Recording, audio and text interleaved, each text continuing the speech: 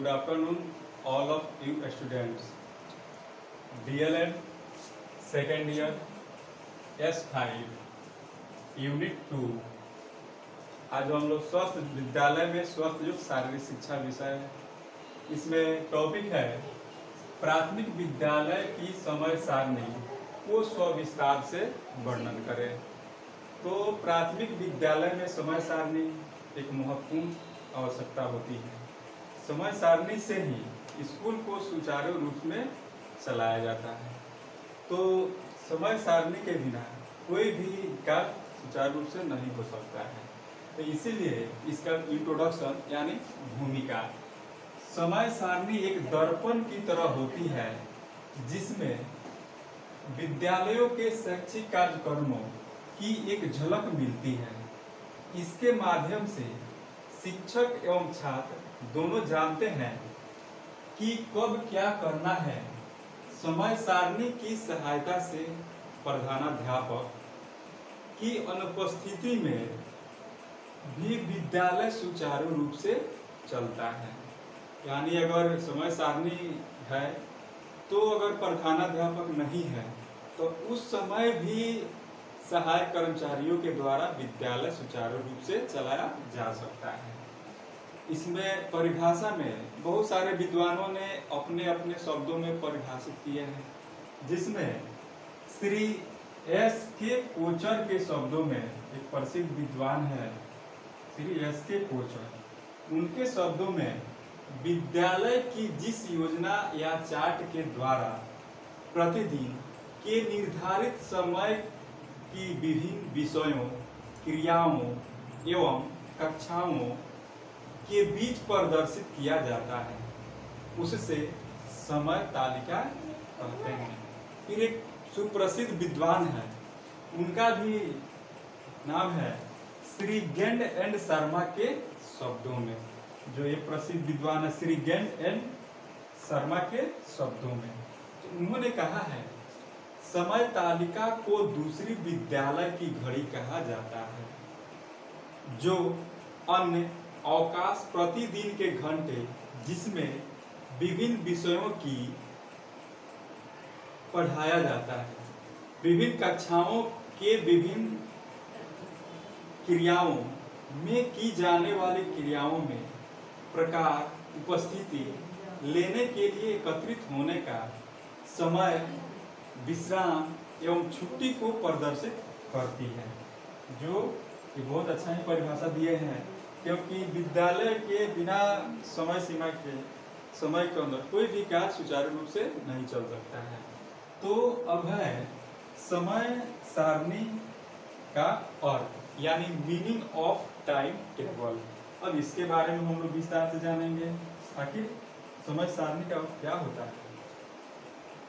विद्यालय की विभिन्न विषयों, क्रियाओं और कक्षाओं के दैनिक कार्यक्रमों को प्रकट करने वाले लेख को समय तालिका कहते हैं। समय सारणी का अर्थ शिक्षण व अन्य गतिविधियों की एक परिपूर्ण नियोजन व विधिवत बनाई गई योजनाओं, समय व कार्य का किया विवरण प्रस्तुत करती है। यह है समय सारणी का अर्थ, मतलब इस रूप में हम लोग प्रकट कर सकते हैं। अब है समय सारणी का उद्देश्य। तो उसका मुख्य रूप से उद्देश्य क्या होता है, यानी तो विद्यालय में समय तालिका का निर्माण निम्न उद्देश्यों के लिए किया जाता है। इसमें बहुत सारे उद्देश्य हैं, जिसमें मुख्य रूप से जो मेन पॉइंट है उसी को यहाँ पर दिया गया है। तो एक नंबर में है निर्धारित पाठ्यक्रम को निर्धारित समय में ही पूरा करना। समय तालिका के उद्देश्य, तो उद्देश्य के दूसरा नंबर में है शिक्षकों को उनकी योग्यता एवं रुचि के अनुसार कार्य का विवरण करना। उसके बाद तीसरे नंबर में है पाठ्यक्रम के समस्त विषयों एवं क्रियाओं को उनमें सापेक्षिक महत्व के अनुसार उचित समय प्रदान कराना, यानी उसके उद्देश्य है। फिर चौथे नंबर में है विद्यालयों के समस्त भौतिक तत्वों तथा पुस्तकालय, खेलकूद के मैदान, कक्षा, भवनों, अजायब घर आदि के लिए उचित समय निर्धारित करना। यानी जब भी प्राथमिक विद्यालय में कक्षा कक्ष में जब बच्चों को भ्रमण पर ले जाया जाता है, यानी टूर पर ले जाया जाता है, उसमें एक समय सीमा को निर्धारित किया जाता है कि किस समय में कहाँ पे बच्चों को निश्चित समय में उसको ले जाना है, ताकि भ्रमण को नए नए चीज़ों को, अजायब घर हुआ, भवनों हुआ, चिड़ियाघर हुआ, वगैरह वगैरह चीज़ को, धार्मिक स्थानों को घुमा करके दिखाया जाता है। अब है समय तालिका के महत्व। तो यानी विद्यालय में समय तालिका का बहुत बड़ा महत्व होता है, क्योंकि उसमें विद्यालय के समय तालिका निर्माण के मुख्य रूप से निम्न शीर्षकों द्वारा प्रस्तुत किया जा सकता है, जो इस प्रकार से है। समय एवं शक्ति का समुचित प्रयोग 1 नंबर में है।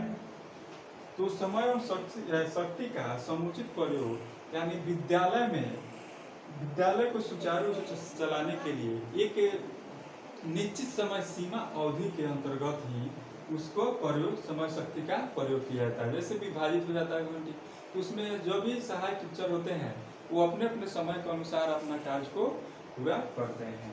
दूसरा नंबर में है नैतिक मूल्यों का विकास। यानी नैतिक मूल्यों का विकास, विद्यालय में नैतिक मूल्य समय तालिका के विभाजन से नैतिक मूल्यों का विकास होता है, क्योंकि जब विभाजन हो जाता है तो सभी शिक्षक अपने अपने समय में उसका कार्य का निर्धारण करने लगते हैं, तब यह नैतिक मूल्यों में वृद्धि होती है।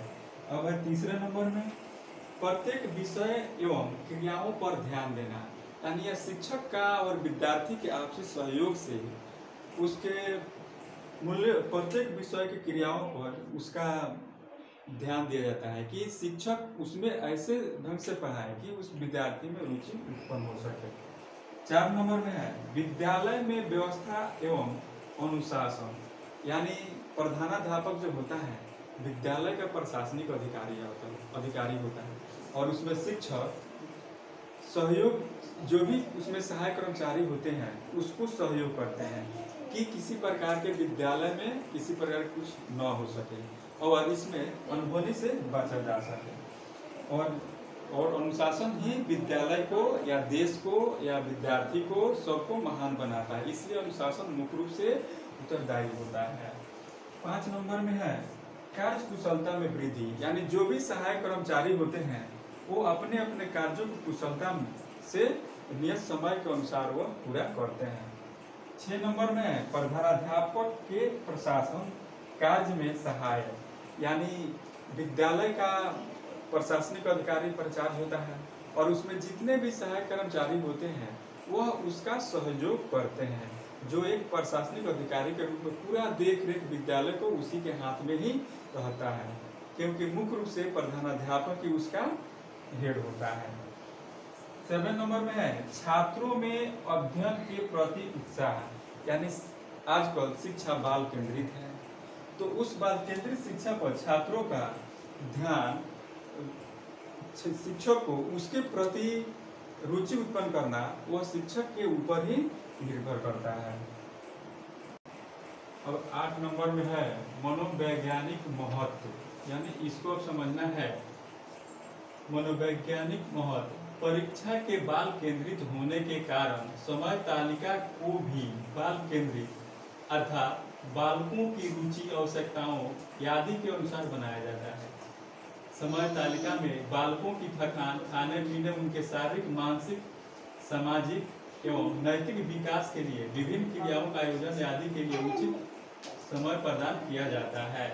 समय सारणी एवं तालिका निर्माण के सिद्धांत। अब है समय सारणी एवं तालिका निर्माण के सिद्धांत। तो इसमें सिद्धांत कौन कौन से हैं, तो अब इसके बारे में हम लोग जानेंगे।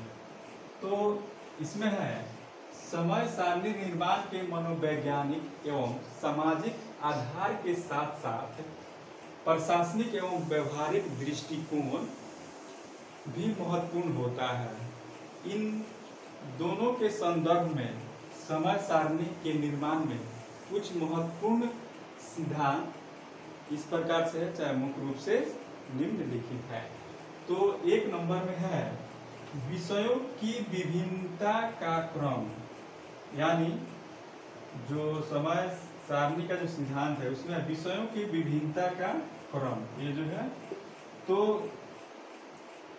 समय सारणी इस प्रकार से निर्माण इस तरह से बनाया जाता है ताकि उसमें विभिन्न विषयों में भी कुछ ना कुछ डिस्टेंस हो, यानी अंतर हो, और उस विभिन्नता के क्रम में ही बनाया जाए कि जैसे मानते हैं उदाहरण के लिए हम 1 2 3 कर रहे हैं 4, तो क्या सिलसिलेवार है, अगर 1 5 7 कर रहे हैं तो क्या है, तो अलग हो जा रहा है।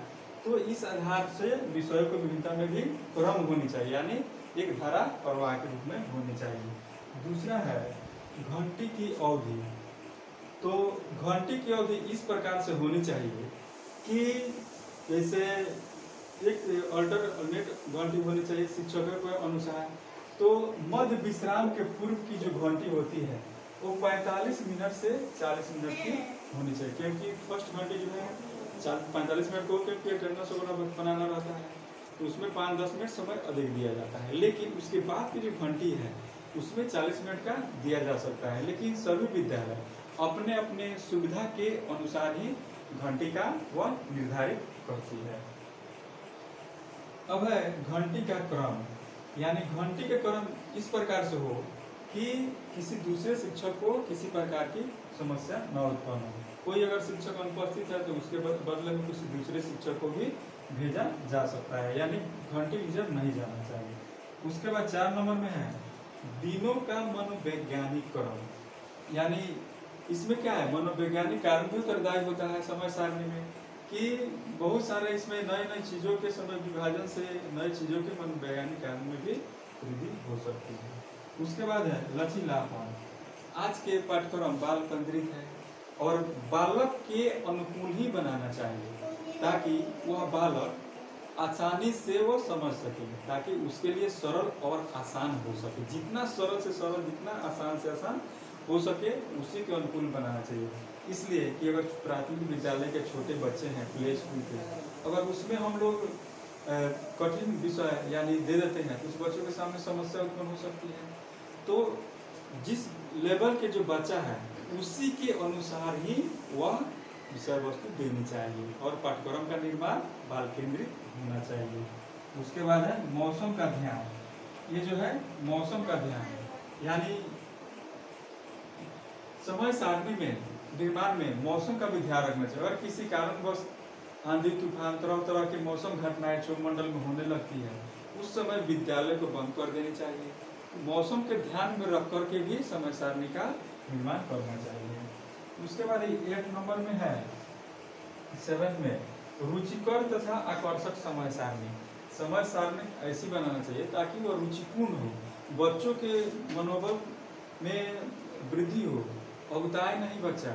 क्योंकि अगर समय सारणी कठिन बना दिया तो बच्चे क्या होंगे, मन नहीं देंगे पढ़ने में, भागना शुरू कर देंगे। इसलिए बच्चों के अनुकूल ही होनी चाहिए। 8 नंबर में है वर्ग अनुसार एवं शिक्षक अनुसार समय सारणी होनी चाहिए। जैसे किसी प्राथमिक विद्यालय हो, कोई भी विद्यालय, प्राथमिक विद्यालय हो, माध्यमिक विद्यालय हो, हायर सेकेंडरी हो या महाविद्यालय हो, उसमें शिक्षक के अनुसार और कक्षा कक्ष के अनुसार ही समय सारणी बनाना चाहिए। अगर कक्षा कक्ष ज़्यादा है, शिक्षक नहीं है तो क्या होगा, वो सुचारू रूप से वर्ग नहीं चल पाएगा। उसके बाद है शिक्षक के अवकाश का समावेश, यानी कोई शिक्षक अगर अवकाश में छुट्टी में है तो उसके वर्ग का संचालन कैसे हो पाएगा, तो उसके लिए दूसरे शिक्षक की व्यवस्था करनी पड़ती है, तो अब वह यह ले सकता है।